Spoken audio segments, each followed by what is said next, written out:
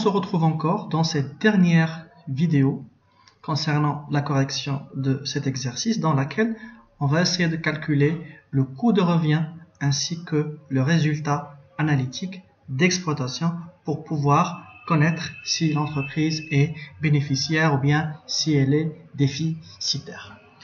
Voilà, donc on commence par le coût de revient dans lequel on doit déterminer d'abord le coût de production des quantités vendues. Et puisqu'on n'a pas la fiche de stock des produits finis, on passe directement au coût de production. Voilà, donc d'abord on va chercher combien ils ont vendu de produits finis. Donc là ils ont dit dans l'énoncé que pendant la même période il a été vendu 5000 produits finis. Donc là on va le mettre au niveau de la quantité vendue. Ils ont vendu 5000 produits finis.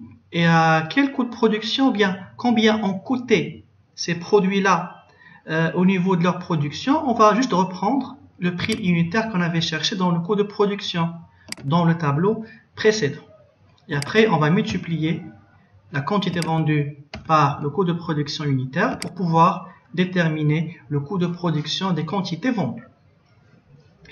Ensuite, ils ont dit aussi que la commission sur vente a été payée 4 dirhams par produit vendu. Voilà, donc on met toujours les produits vendus ici, ou bien la quantité vendue de produits. Voilà. La commission est de 4 dirhams par produit vendu. Voilà, commission 4 dirhams par produit vendu. Et après, on multiplie la quantité vendue par les 4 dirhams de commission par produit pour avoir le montant global des commissions, 20 000. Voilà, pour les frais de distribution, ou bien pour les charges de distribution indirecte, on revient tout simplement au tableau de répartition des charges indirectes. Et plus précisément, on revient au niveau du total secondaire, ou bien de la répartition secondaire qu'on avait ici au niveau du service distribution. Voilà, le montant global est de 193 880. Et ça représente le total des charges indirectes supportées dans le service distribution. On a dit combien? 193 000, pardon, c'est au niveau des montants ici, 193 880. C'est le montant total, voilà, des frais de distribution, bien des charges indirectes de production.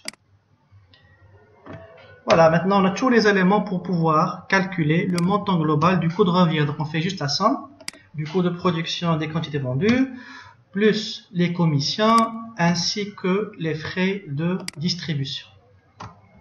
Voilà, pour avoir le coût de revient.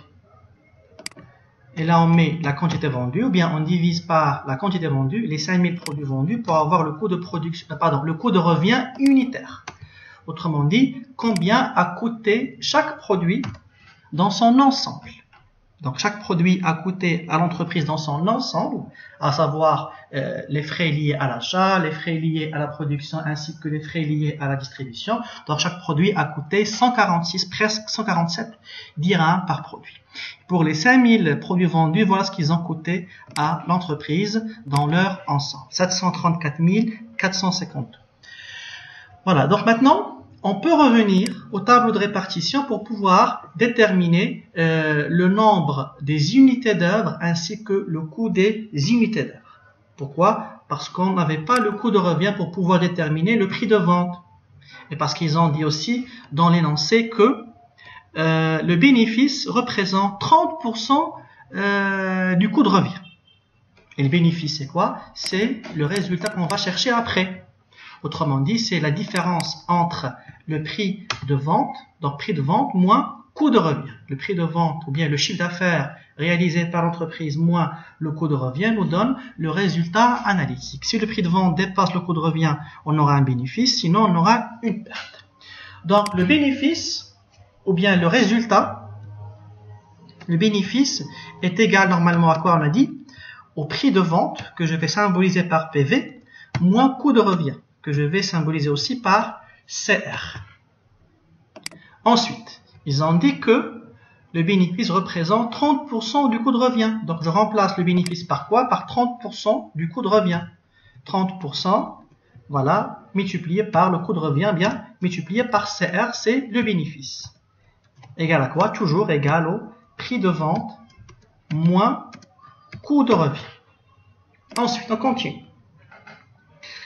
Dans ce cas-là, le prix de vente sera égal à quoi? Le prix de vente sera égal à quoi? Sera égal au coût de revient plus 30% du coût de revient, ou bien 0,3, 30 sur 100, bien 0,3 coût de revient. Ensuite, là, je remarque dans l'équation que j'ai 2 fois le coût de revient, donc je peux factoriser par le coût de revient. Donc, prix de vente sera égal à quoi? Dans ce cas-là, sera égal, donc si je factorise par le coût de revient, donc j'aurai quoi? J'aurai coût de revient facteur de 1 plus 0,3.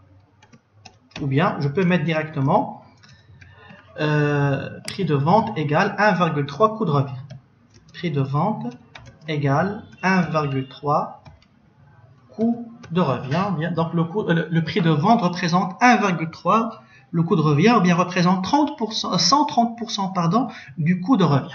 Et puisqu'on a déjà le coût de revient, on vient de le chercher ici dans le tableau, donc on peut déterminer facilement maintenant le prix de vente. Comment? En multipliant tout simplement le coût de revient par 1,3, ou bien 1,3 multiplié par le coût de revient qui est égal à 734 452,92. Si on fait le calcul, on va pouvoir trouver combien au niveau du prix de revient. Donc si je multiplie 1,3, je vais la multiplier par ce coût de revient, 734 000 et quelques, ça nous donne un prix de vente de 954 788,79. Ça c'est le prix de vente global qu'on va reporter ici dans le tableau pour pouvoir déterminer le coût de revient. Voilà. Le coût de revient, on va le reporter aussi à partir du tableau précédent. Le voilà. Et après, on va juste faire la différence entre le prix de vente et le coût de revient pour pouvoir déterminer le résultat analytique. Et on remarque que le montant est positif et donc c'est un bénéfice.